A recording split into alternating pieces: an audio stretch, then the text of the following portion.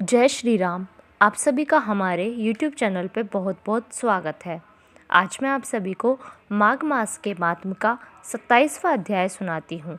इससे पहले के अध्यायों की वीडियो मैंने अपने YouTube चैनल पे डाल दी है, तो प्लीज़ आप उनको भी देखिए।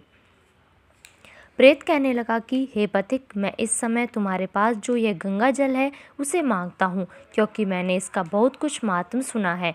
मैंने इस पर्वत पर गंगा जल का बड़ा अद्भुत आश्रय देखा था, इसलिए यह जल मांगता हूँ। मैं प्रेत योनि में अति दुखी हूँ। एक ब्राह्मण अनधिकारी को यज्ञ कराकर ब्रह्म राक्षस हो गया।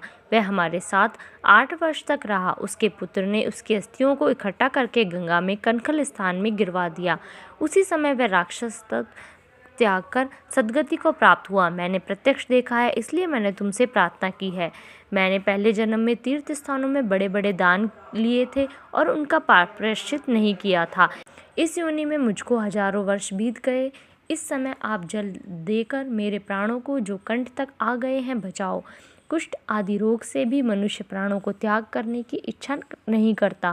देवदूती कहने लगे कि ऐसे उस प्रेत के वचन सुनकर वह ब्राह्मण बड़ा विस्मित हुआ और वह अपने मन में विचार करने लगा कि संसार में पाप और पुण्य के फल अवश्य आ पड़ते हैं।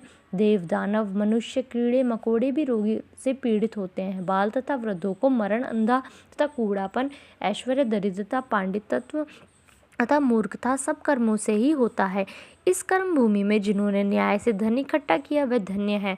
यह सुनकर प्रेत गदगद वाणी में बोला है, हे प्रतीक, मैं जानता हूँ कि आप सर्वज्ञ हैं। आप मुझको जीवन का आधार जल इस प्रकार दो जैसे मेघ चातक को देता है। तब प्रतीक कहने लगा कि हे प्रेत, मेरे माता पिता भृंगु क्षेत्र में बैठे हैं, मैं उन्हीं के लिए जल लाया हूँ। अब बीच में तुमने गंगा के संगम का जल मांग लिया। अब मैं इसी धर्म संदेह में पड़ गया कि क्या कांड वस्तु में यज्ञों को इतना नहीं मानता जितना प्राण रक्षा को मानता हूँ। इसलिए प्रेत को जल देकर तृप्त करके माता पिता के लिए फिर जल लाऊंगा। लोमश जी कहने लगे कि इस प्रकार उस पथिक ने गंगा यमुना के संगम का जल उस प्रेत को दिया। उस प्रेत ने प्रीतिपूर्वक जल को पिया।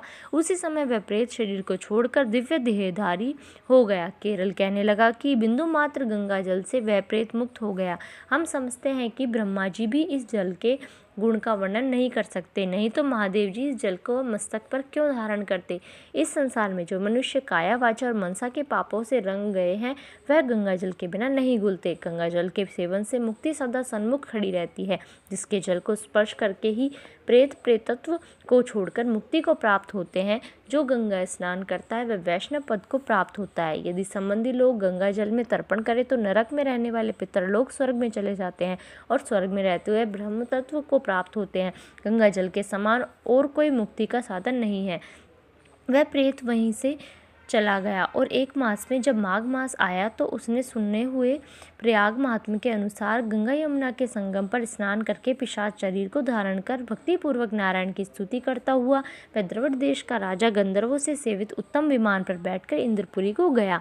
सो हे द्विज, यह इतिहास पापों का जल्दी ही नाश करता है। इसमें धर्म का ज्ञान होता है। यह पुण्य, यश तथा कीर्ति को बढ़ाने वाला है, ज्ञान तथा मोक्ष का देने वाला है। तुम भी सद्गति पाने के लिए प्रयाग चलो। वहाँ पर हम ऐसा स्नान करें जो देवताओं को दुर्लभ होता है।